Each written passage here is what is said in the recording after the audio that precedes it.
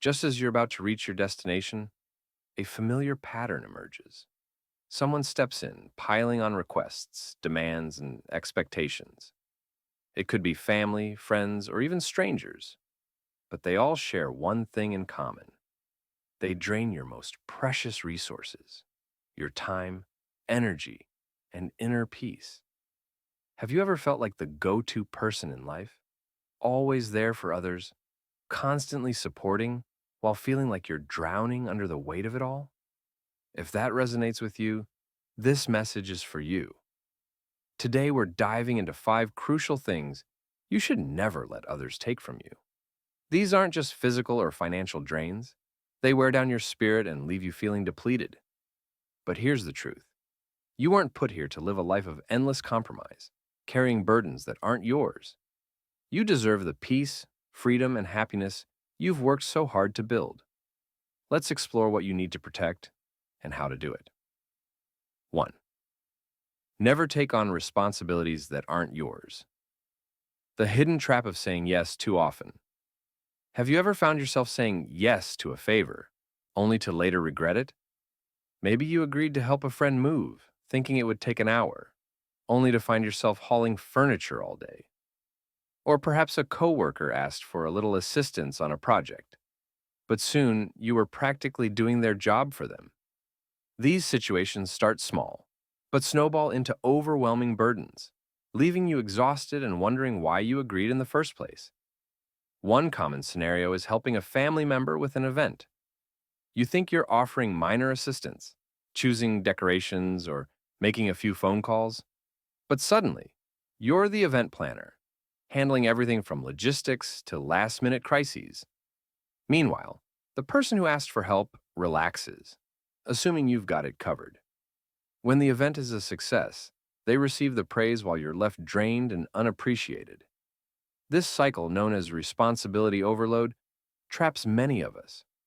Once people recognize that you're reliable, they naturally keep piling on more. The longer it continues, the harder it becomes to say no. The problem isn't just about exhaustion, it's about boundaries. Without clear limits, you become the person others rely on, often at the expense of your own well being. You may think that helping makes you a good friend, sibling, or employee, but at what cost? The truth is, constantly saying yes can lead to burnout, resentment, and even damaged relationships. This is where Stoic wisdom offers a powerful perspective. Marcus Aurelius once wrote, "You have power over your mind, not outside events." In other words, you control your choices. You are not obligated to take on every task thrown your way. Helping others is admirable, but it should never come at the cost of your mental or physical health. Next time you're asked for a favor, take a moment to reflect. Ask yourself, does this responsibility truly belong to me? Am I helping because I want to, or because I feel pressured? Will taking this on hurt my own priorities? If the answer to any of these questions makes you hesitate, it's time to practice saying no. Setting boundaries isn't selfish, it's necessary. Those who respect you will understand. Those who don't, their disappointment isn't your burden to carry. Your time, energy, and peace of mind are valuable. Protect them wisely. 2. Don't let others take your money and financial stability. The cost of always saying yes. Picture a peaceful morning. You're sipping coffee, enjoying the quiet. Then the phone rings. A familiar voice greets you warmly, but after a few pleasantries, they reveal the real reason for their call. They need money and they need it urgently. You hesitate but then think, just this once won't hurt. You convince yourself that helping is the right thing to do. But the problem is, just this once rarely stops there.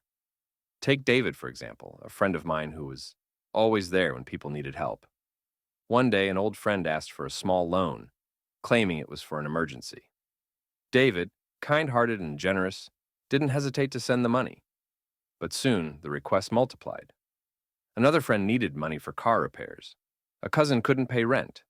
A coworker had a medical bill. Each time, David felt guilty saying no, so he kept giving. But here's what didn't happen.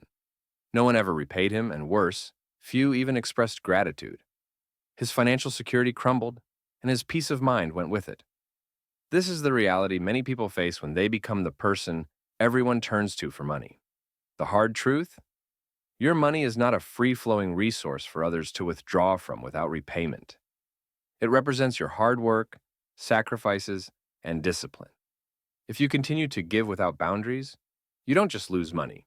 You lose stability, mental peace, and sometimes even respect. Marcus Aurelius once said, "The happiness of your life depends upon the quality of your thoughts." Every time you give money without consideration, you invite stress and resentment into your life. Helping someone in genuine need is admirable, but repeatedly bailing people out, especially those who never take responsibility for themselves, only enables them and harms you. So, how do you protect yourself? Set clear financial boundaries. Not every request is your responsibility. If you know the money will be misused or never repaid, don't be afraid to say no. Ask yourself, if I had an emergency tomorrow, who would help me? If the answer is no one, then why are you putting yourself at financial risk for others? Prioritizing your financial well-being isn't selfish. It's necessary. Money is a tool to build a secure, fulfilling life, not something to give away at your own expense. 3. Don't let yourself be dragged into family conflicts. Protecting your peace from family conflicts. Family is often seen as a source of love and support, but it can also become a never-ending battlefield of conflicts. Whether it's long-standing grudges, financial disagreements, or personal disputes, family members often try to pull others into their problems. The expectation? That you will mediate, take sides, or somehow resolve an issue that has nothing to do with you. Imagine this. You're having a peaceful evening, finally unwinding after a long day, when your phone rings. A relative is on the other end, venting about another family member.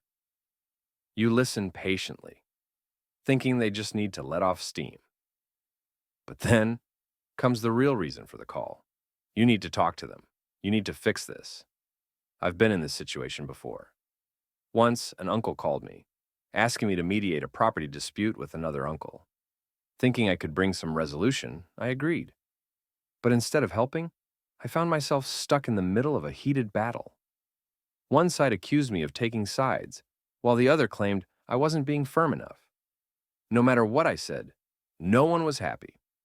By the end, the conflict remained unresolved, but I was left mentally drained, emotionally exhausted, and distant from both. This is the reality of being dragged into family conflicts.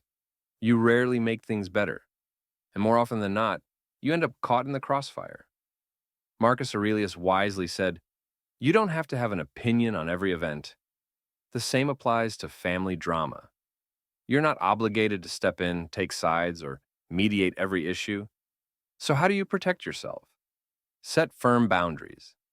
The next time someone tries to involve you, respond with, "I respect both of you, but this isn't my place to interfere.